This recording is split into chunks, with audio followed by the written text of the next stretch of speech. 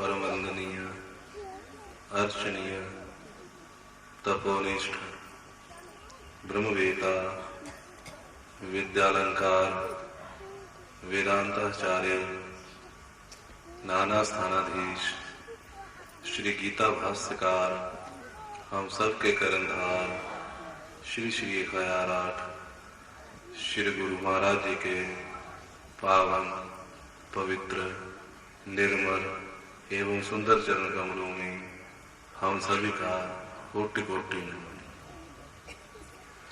पूज्य श्री गुरु महाराज जी की अपार कृपा से आज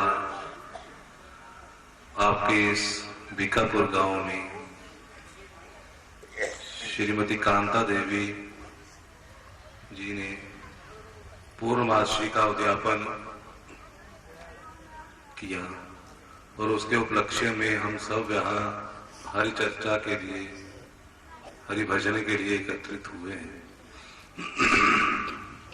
हम सबका बड़ा सौभाग्य कि हम सभी इस हरि भजन में, हरि कथा में एकत्रित हुए हैं, क्योंकि संसार के काम तो बहुत हैं और हम उन कामों को करते भी हैं, परंतु जो हमारा परम लक्ष्य है वो हमारा लक्ष्य है नारायण की प्राप्ति करना। संसार में आए हैं, उस परमपिता परमात्मा ने हमें मनुष्य बनाकर भेजा हुआ है, परंतु इसलिए नहीं भेजा कि हम संसार के कामों को ही अपना लक्ष्य बना लें। काम तो हमने करने हैं, समाज के काम करने हैं, परिवार के काम करने हैं, और जो जो भी हमारे कर्तव्य हैं उन सबको हमने करना है, परंतु उनको करते हुए हमें उस परमपिता परमात्मा को भी जानना है, जानकर उनकी प्राप्ति करनी है। यदि हम उस परमपिता परमात्मा को नहीं जान सके, नहीं पा सके, तो हमारा ये शरीर लेना व्यर्थ हो जाएगा, इसका कोई लाभ नहीं होगा। फिर तो वैसा ही होगा जैसे पशु पक्षी जन्म लेते हैं, वैसे ही हमारा जन्म लेना हो जाएगा। पशु पक्षी भी जन्म लेते हैं, अपना खाते पीते हैं, मौज मस्ती करते हैं और मृत्यु को प्राप्त हो जाते हैं। परंतु यदि हम मनुष्य बनकर भी हमने यही काम किया, खाया पिया, मौज मस्ती की और मृत्यु को प्राप्त हो गए, तो हमारे में और पशुओं में कोई अंतर नहीं होगा। हमारा जन्म तो इसलिए हुआ है कि हम उस परम पिता परमात्मा की भक्ति करें, उनका भजन करें और उनको प्राप्त करें, इसलिए हमें मनुष्य देह दिया हुआ है। शास्त्र कहते हैं कि दुर्लभो मानुष देहो देही नाम क्षण भंगुरा तत्रापि दुर्लभ मन्ने वैकुंठ प्रिय दर्शनम। कहते हैं मनुष्य का शरीर पाना बड़ा कठिन है, बड़ा दुर्लभ है, और हम सबने पा लिया है। प्रभु ने कृपा की है कि हमें ये शरीर दिया है। दुर्लभो मानुषो देहो, ये शरीर पाना बड़ा ही कठिन है, और देही नाम क्षण भंगुरा, और ये देह मिल गया है, परंतु ये पता नहीं कब खत्म हो जाएगा। एक तो मिलना दुर्लभ है और मिल गया है, प्राप्त हो गया, परंतु कहते क्षण भंगुर है, क्षण भर में नष्ट होने वाला है, पता नहीं अगला सांस आए ना आए। कोई व्यक्ति स्कूटर पर जा रहा है, एक्सीडेंट हो जाता है, दिमाग की नस फट जाती है, उसी समय आदमी खत्म हो जाता है। कोई आदमी सोया हुआ है, सोते सोते अटैक हो जाता है, आदमी सांस निकल जाते हैं, प्राण निकल जाते हैं। इस शरीर का पता नहीं कब तक ये शरीर रहेगा। हम सोचें कि अभी हम बच्चे हैं, अभी जवान हैं, बुढ़ापा आएगा तब भजन करेंगे, जब थोड़ा 70-80 साल के हो जाएंगे तब जाकर भजन करेंगे, तो ये पता नहीं कि 70-80 साल होंगे भी हमारे, नहीं होंगे, इसका कुछ पता नहीं है। आदमी को तो जब समझ आ जाए तब से ही भजन आरंभ कर देना चाहिए, तब से ही नारायण की ओर बढ़ना चाहिए। समाज के काम करें, हर बात करें, जो हमारा कर्तव्य है, धर्म है, वो करें, परंतु उनको करते करते हम नारायण का भजन भी करें, नारायण की भक्ति भी करें। आज आपके यहाँ ये पूर्णमासी का उद्यापन हुआ है। इस पूर्णमासी के उद्यापन में हरि भजन का कोई औचित्य नहीं है, कोई वो नहीं है, परंतु इन्होंने अपने कल्याण के लिए, अपने जीवन को अच्छा बनाने के लिए, पवित्र बनाने के लिए एक साधन ढूंढ लिया है, एक बहाना ढूंढ लिया है कि हमने पूर्णमासी का उद्यापन करना है और उसमें हरि चर्चा करनी है, हरि का भजन करना है। शास्त्र कहते हैं कि यदि हमने हरि का भजन नहीं किया, हरि की भक्ति नहीं की, तो हमारे लिए 27 प्रकार के नरक हैं। उन नरकों से बचने के लिए हमें परमेश्वर की प्राप्ति करनी होगी, परमेश्वर का भजन करना होगा। वही भूख तो नहीं लगी हुई, माताएं सुस्त बैठी हैं कुछ। बोलिए गुरु महाराज की। मैंने जोर नहीं डाला कि भजन करो, मैं तो बता रहा हूं करना नहीं करना वो तो मुझे पता, आप कितना करोगे वो तो हम सब जानते हैं कि हम कितना पानी में है, वो सबको पता है कि कौन कितना भजन करता है और कितना करेगा। ये तो महाराज जी बहुत आते जाते हैं, बोलते रहते हैं, इनका तो काम ही बोलना है, करना नहीं करना वो तो हमारी मर्जी है, ऐसी बात ही है ना। तो सुस्ताना नहीं है, भोजन सबको मिलेगा। अभी तैयार नहीं हुआ, 2 घंटे तैयार होने को लगेंगे तब मिलेगा, अभी नहीं तैयार हुआ है भोजन आपका। संसार में 2 ही तो काम है, एक भोजन है, एक भजन है। जिसने भोजन किया पूरे जीवन भर, भोजन के लिए कमाई की, पैसा जोड़ा, सब कुछ किया और बाद में भोजन ही भोजन किया, तो फिर 84 लाख जोनियां मिलेगी भोजन करने के लिए, तो वो पता नहीं कौन कौन सा भोजन करना मिलेगा। परंतु यदि भजन कर लिया, थोड़ा बहुत परमात्मा का नाम ले लिया, तो शायद परमात्मा कृपा करेंगे, अगला जन्म में हमें मनुष्य का दे दे। बोलिए गुरु महाराज की। तो वो मिलेगा तभी जब हम भजन करेंगे। बाबा तुलसीदास जी ने मानस में लिखा हुआ है कि जिन हरि भजन हृदय नहीं आनी, जीवत सब समान तहि प्राणी। कि जिस प्राणी ने अपने हृदय में हरि भक्ति को नहीं जगाया, जिसने हरि भजन नहीं किया, जिन हरि भक्ति हृदय नहीं आनी, जिसके हृदय में हरि भक्ति नहीं है, जिसके हृदय में तो ये लगा हुआ है कितना धन कमा ले, कितने ऊंचे पद पर जाए, कितनी गाड़ियां इकट्ठी कर ले, मकान बंगले बना ले, हर समय हृदय में यही बात चलती रहती है और भजन की बात ही नहीं है कि हमने भजन भी करना है, नारायण को पाना भी है। जिसके मन में ये बात नहीं है, कहते वो प्राणी कैसा है, कहते जीवित सब समान तहि प्राणी। वो जीवित रहते हुए भी एक शव के समान है। शव देखा है आपने, उसके अंदर प्राण नहीं होते, इंद्रियां उसकी नहीं रहती। जो प्राणी जब मर जाता है तो उस प्राणी के शरीर को क्या कहते हैं, शव कहते हैं। तो वो शव कहते चलता फिरता शव है, जिसने अपने हृदय में भक्ति को नहीं जगाया, उस प्राणी का कोई लाभ नहीं है। भागवत में लिखा हुआ है कि निर्णाम सहस्रेण भक्ति प्रीति रजायते, कलो भक्ति भक्त्या कृष्ण पुरस्थिता। कहते हैं जो भक्ति है, नारायण की चर्चा है, नारायण का भजन है, ये बड़े जब हजारों जन्मों का पुण्य उदय होता है, तब आदमी के हृदय में भक्ति का अंकुर जागता है, तब वो प्राणी भक्ति करता है। परंतु यदि हमने भक्ति नहीं की तो कहते इस शरीर का कोई लाभ नहीं। कलो भक्ति भक्त्या कृष्ण पुरस्थिता। कहते कलयुग में केवल भक्ति एक ऐसी है कि जिसके माध्यम से हम इस भव सागर से पार हो सकते हैं और उस परम पिता परमात्मा की प्राप्ति कर सकते हैं। बोलिए गुरु महाराज की। तो उस परम पिता परमात्मा को पाने के लिए हमें क्या करना है, भोजन करना है। करना है नहीं करना है? अरे भोजन नहीं करोगे तो भजन कैसे करोगे? भोजन भी जरूरी है, परंतु भोजन भी वैसा है जिससे भजन हो सके। भजन के बिना भोजन नहीं और भोजन के बिना भजन नहीं। परंतु हम भोजन तो करते हैं, भजन बोलो ना नहीं करते। नहीं करोगे तो अगला जन्म कुत्ता बिल्ली घोड़ा हाथी सब तैयार बैठे हुए हैं, जल्दी जल्दी बुला रहे हैं कि जल्दी जल्दी आओ मेरे पास, अगला जन्म आपको ये मिलेगा ये मिलेगा। वो आपकी इच्छा के ऊपर निर्भर आपने अगला जन्म कौन सा पाना है। शास्त्रों में बड़े साधन बताए हुए हैं कि इस भव सागर से हम पार हो जाएं और उस परम पिता परमात्मा को पाले, उनका भजन कर लें। भागवत में 9 प्रकार की भक्ति बताई गई है। उसमें पहली भक्ति श्रवण की है, दूसरी कीर्तन की है, इसी प्रकार 9 प्रकार की भक्ति है। परंतु शास्त्र ये कहते हैं कि आज के युग के जो प्राणी हैं उनके पास बहानेबाजी बहुत है। मैंने बच्चों को स्कूल भेजना है, पतिदेव को नौकरी के लिए भेजना है, समाज के इतने काम है, कैसे करें, भक्ति तो हमसे हो नहीं पाएगी, हम कैसे भक्ति करें, हमारे पास समय नहीं है। ये सब बहानेबाजी है। परंतु ये बहाना सब यहाँ तो चल जाएगा, आगे नहीं चलेगा। उस जो परमपिता परमात्मा उसके पास ये बहाना नहीं चलेगा। पहले तो आप ये बताओ कि आप भगवान को मानते हैं कि भगवान है? सब मानते हैं, हाथ खड़ा करेंगे जो मानते हैं। अब वो हाथ खड़ा करेंगे जो उस भगवान को मानते हैं कि वो भगवान सब कुछ कर सकते हैं, उनके बिना कुछ नहीं हो सकता। तो हम ये तो करते हैं, मानते हैं, मानते भी हैं, परंतु वो हाथ खड़ा करेंगे 24 घंटे में 4 घंटे उस परम पिता परमात्मा से बातें करते हैं, उनका भजन करते हैं। कोई आधा घंटा नहीं भजन करता तो 4 घंटे का। यदि आप ये मानते हैं कि भगवान है और ये भी जहां मानते हैं कि भगवान सब कुछ कर सकते हैं, सब कुछ कर सकते हैं, फिर वो उनके लिए आप समय क्यों नहीं देते? क्या कारण है कि आपके पास उसके लिए समय नहीं है? क्यों समय नहीं है?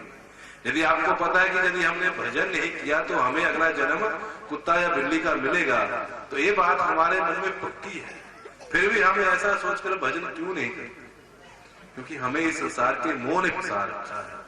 भगवान को हम मानते हैं कि है और ये भी जानते हैं कि समझ करते हैं, परंतु भगवान को देखा किसी ने नहीं है, इसलिए हम उस भगवान के बातों के ऊपर नहीं चलते हैं।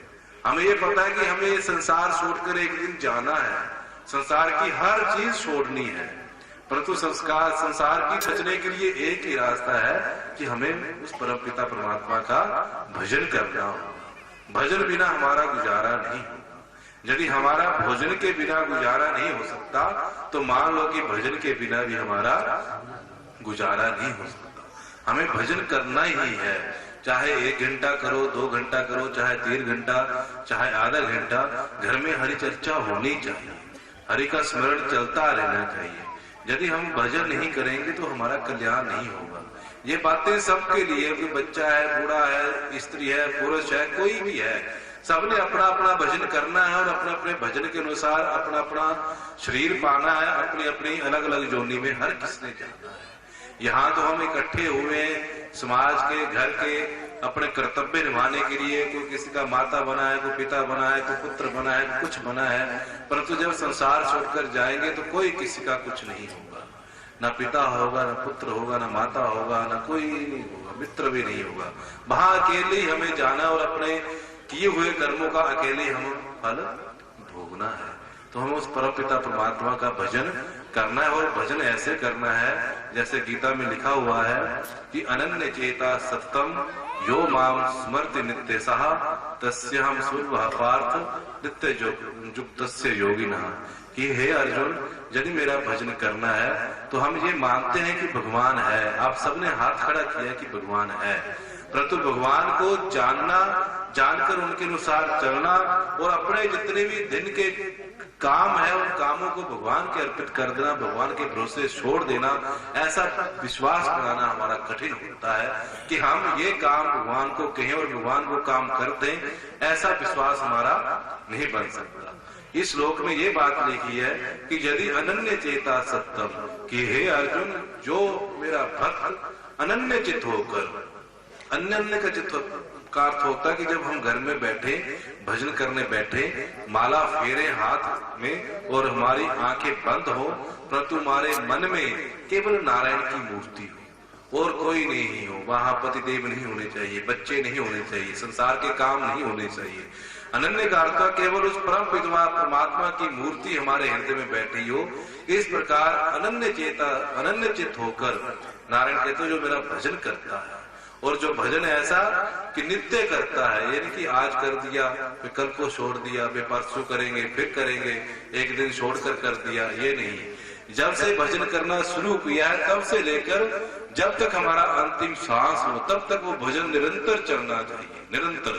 और जब से हम सुबह उठे तब से लेकर रात्रि को सोने पर्यंत तक हमारे मुख में केवल नारायण का नाम होना चाहिए। इसे कहते हैं नित्य अनन्य चेता सततम और सतत, लगातार हमारा भजन ऐसे चलता रहना चाहिए। कैसे कि सुबह हम उठे, उठकर हमने परमपिता परमात्मा का नाम लिया, हाथ मुंह धुआ, स्नान किए, मंदिर में चले गए, पूजा पाठ किया, उसके बाद पूजा पाठ से उठे, माता ने चाय बनानी, भोजन करना, बच्चों को स्कूल भेजना, पति को नौकरी के लिए भेजना, परंतु ये सब काम हमारे हाथों के हैं, हाथ के हैं, पैर के हैं, मुंह का कोई काम नहीं है, मुंह ने रोटी नहीं बनानी है, मुंह ने कहीं आना जाना नहीं है, मुंह ने कुछ नहीं करना, परंतु मुंह से क्या होना चाहिए? उस परमपिता परमात्मा का नाम उच्चारण होते रहना। बोलिए गुरु महाराज की। ऐसे ही जैसे हाथ का काम रोटी बनाना है, पांव का काम है चलना है, आंख का काम देखना है, कान का काम सुनना है, वैसे हमारे जीवा का काम है कि 24 घंटे उस परमपिता परमात्मा का उच्चारण होते रहना चाहिए। जब हम ऐसा उच्चारण करेंगे, 24 घंटे परमपिता परमात्मा का नाम लेंगे, तब उस परमपिता परमात्मा में हमें विश्वास हो जाएगा, और जब विश्वास होगा तो वही परमपिता परमात्मा हमारा अपने आप काम करने लग जाएंगे। आपने नरसिंह भक्त की कथा सुनी है। नरसिंह भक्त वो कीर्तन करते हैं। कई ऐसे भक्त हैं जिन्होंने कीर्तन के द्वारा परमपिता परमात्मा की प्राप्ति की है। 9 प्रकार की मैंने भक्ति कही। भक्ति तो कई प्रकार की है। चलना भी एक भक्ति है। नारायण के मंदिर में जाना यह भी एक भक्ति है। नारायण के पास बैठना यह भी एक भक्ति है। नारायण की कथा को सुनना यह भी एक भक्ति है। हम 4-5 माताएं शाम को इकट्ठी हो जाए और इकट्ठी होकर हम नारायण की चर्चा करें, नारायण की कथा सुन ले, यह भी एक हमारी भक्ति है। नारायण का मन में स्मरण कर लेना, मन में सोच लेना नारायण के प्रति, कुछ हम अच्छा पवित्र काम करेंगे, यह भी एक भक्ति है। भक्ति कई प्रकार की है। नारायण कहते कई प्रकार के रास्ते मेरी तरफ आने से, कोई भी रास्ता आप अपना लो, मेरे पास आप पहुंच जाओगे। परंतु कीर्तन जो नारायण का स्मरण वो 24 घंटे चलता रहना चाहिए। ऐसा नहीं, वैसे तो आपने किसी ने हाथ नहीं खड़े किए कि हम नारायण की भक्ति करते हैं, किसी ने नहीं हाथ खड़े किए किसी ने नहीं किए, परंतु किए करते भी हैं। यदि घर में हम 1 घंटा 2 घंटे नारायण की भक्ति करते हैं, माला फेर लेते हैं, कुछ पूजा कर लेते हैं, ठाकुर जी को स्नान कर देते हैं, तो इसके बाद 2 घंटे हमने परमात्मा में लगा दिए, उसके बाद 22 घंटे हमने संसार में लगाए, तब भी हमारा गुजारा नहीं। 2 घंटे वो बैठकर नारायण में लगाने हैं, उसके बाद नारायण का नाम हमारी जीवा पर चलते रहना चाहिए। 24 घंटे नाम चलेगा तो हमारा कल्याण होगा। नरसिंह भक्त है, उसका यही काम था, उन्होंने कीर्तन करना। कीर्तन के माध्यम से उन्होंने परमपिता परमात्मा की प्राप्ति की है। गांव है, गांव में एक छोटी सी झोंपड़ी है, उस झोंपड़ी में वो रहते हैं। पत्नी है, लड़का है, लड़की है। अब उनका क्या काम है कि वो भजन ही करना, उन्होंने नारायण का कीर्तन करना है। भिक्षा में कुछ मांग कर ले आते हैं, उससे घर का गुजारा हो रहा है। धीरे धीरे बच्चे बड़े हो रहे हैं। ये मैं विश्वास की बात करता हूँ कि हमारा विश्वास कैसा होना चाहिए। हम नारायण की भक्ति कर लें, नारायण का भजन कर लें, परंतु विश्वास नहीं पा पाए, उसका आसरा हम नहीं समझ पाए, तब उस भक्ति का कोई लाभ नहीं। अब नरसिंह भक्त है, वो कीर्तन करते हैं, गुजारा जैसे कैसे भिक्षा के द्वारा चल रहा है, हो रहा है।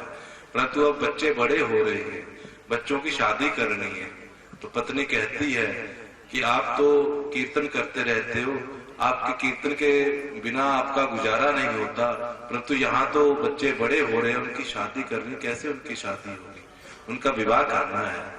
तो नरसिंह भक्त कहते हैं कि ये जिसका मैं भजन करता हूँ वो उन्होंने अपने भगवान का नाम रखा हुआ सांबल शाह। कहते वो सांबल शाह अपने आप काम करेंगे।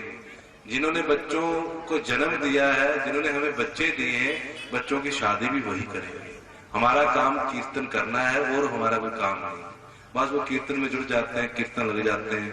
अब लड़का बड़ा हुआ है, लड़की की शादी करनी है, तो कैसे शादी हो? कोई लड़की दे नहीं रहा कि गरीब परिवार है, झोंपड़ी है, कुछ है नहीं इनके पास, तो लड़की कैसे दे? लड़की को क्या खिलाएगा ये लड़का? तो उधर उस पत्नी को चिंता है कि लड़का बड़ा हो गया, इसकी शादी करनी, कैसे करनी है। उधर दूसरे गांव से एक राजा ने अपना एक ब्राह्मण उस गांव में भेज दिया कि उस गांव में जाकर मेरी लड़की के लिए कोई अच्छा लड़का, अच्छा वर ढूंढो। वहां मेरा दोस्त रहता है, वो दोस्त आपको मिलेगा, वो बड़े बड़े राजाओं के लड़कों को आपको मिलाएगा, जो आपको लड़का पसंद आ जाएगा उसका आपने तिलक कर देना। पहले जमाने में ऐसे होता था ना कि किसी ने अपने लड़की की शादी करनी तो अपने ब्राह्मण को भेज देते थे कि लड़का ढूंढो इसके लिए। होता था ऐसे? होता नहीं, आज भी होता है।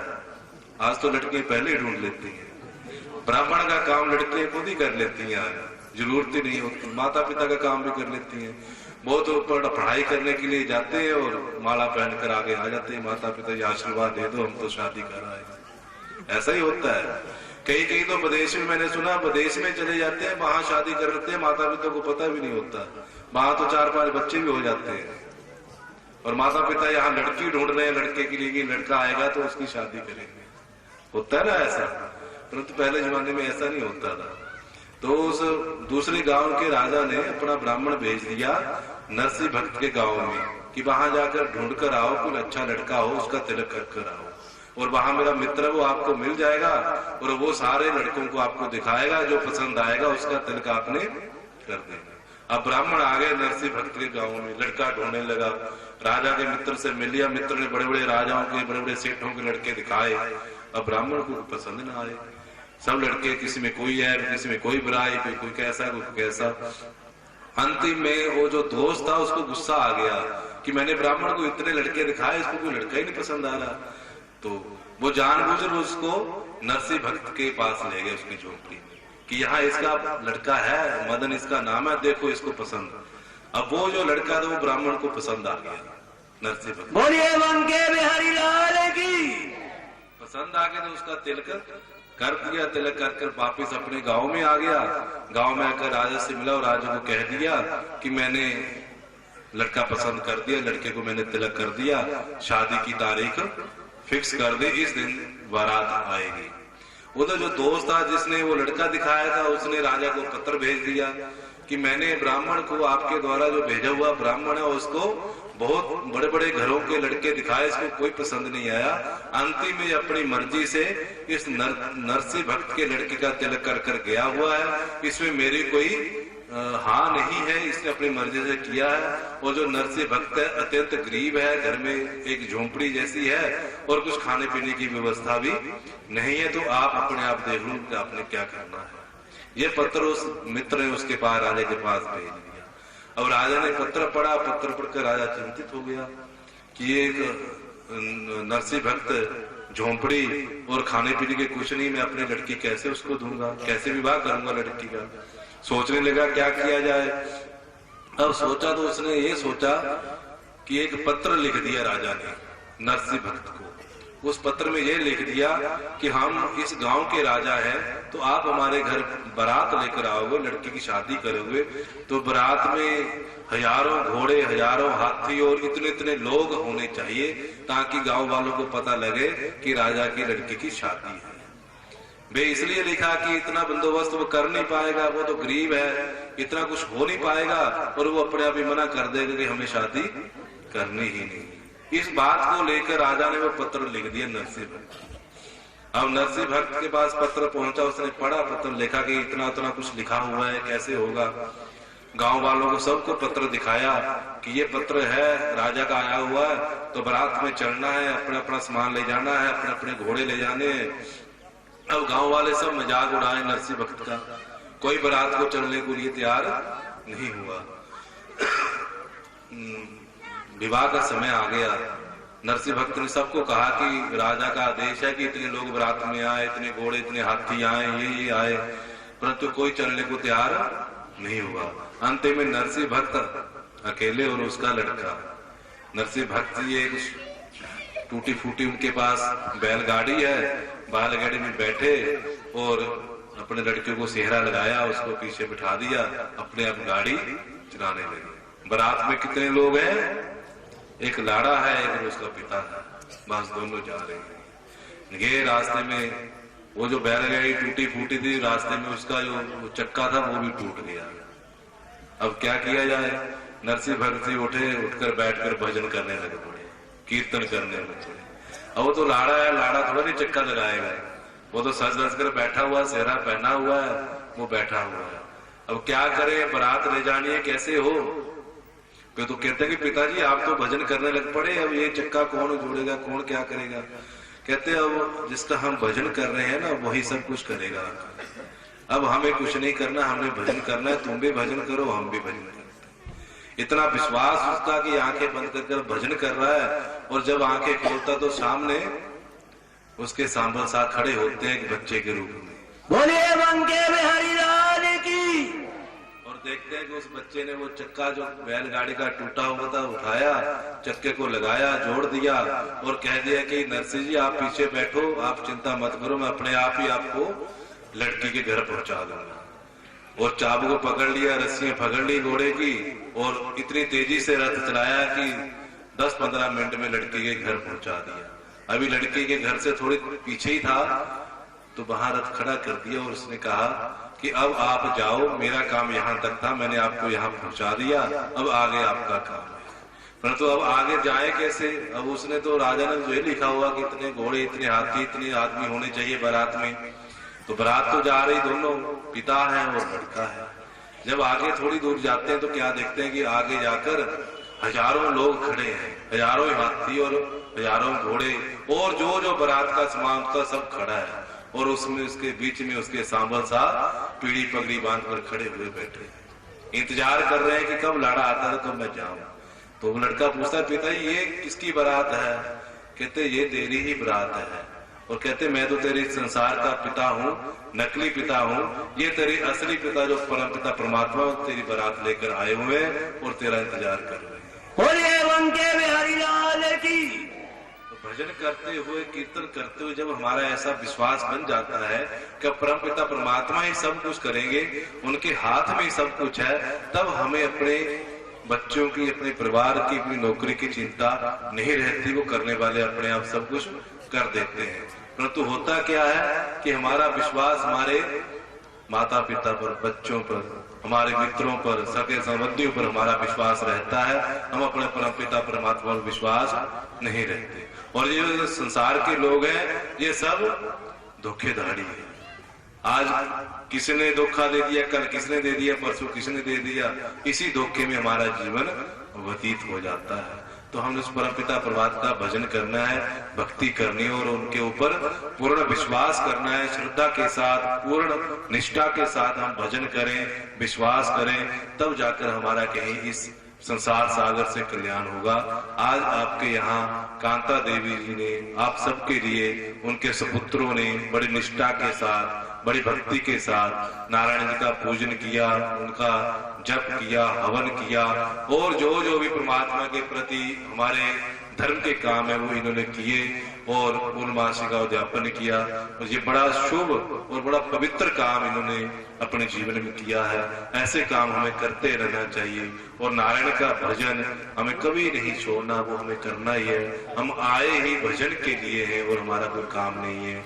पूज्य गुरु महाराज जी का आप सब गांव के लिए, श्रीमती कांता देवी के लिए, उनके पुत्रों के लिए शुभ आशीर्वाद, उनका जीवन अच्छा बने, पवित्र बने, बच्चे उन्नति करें।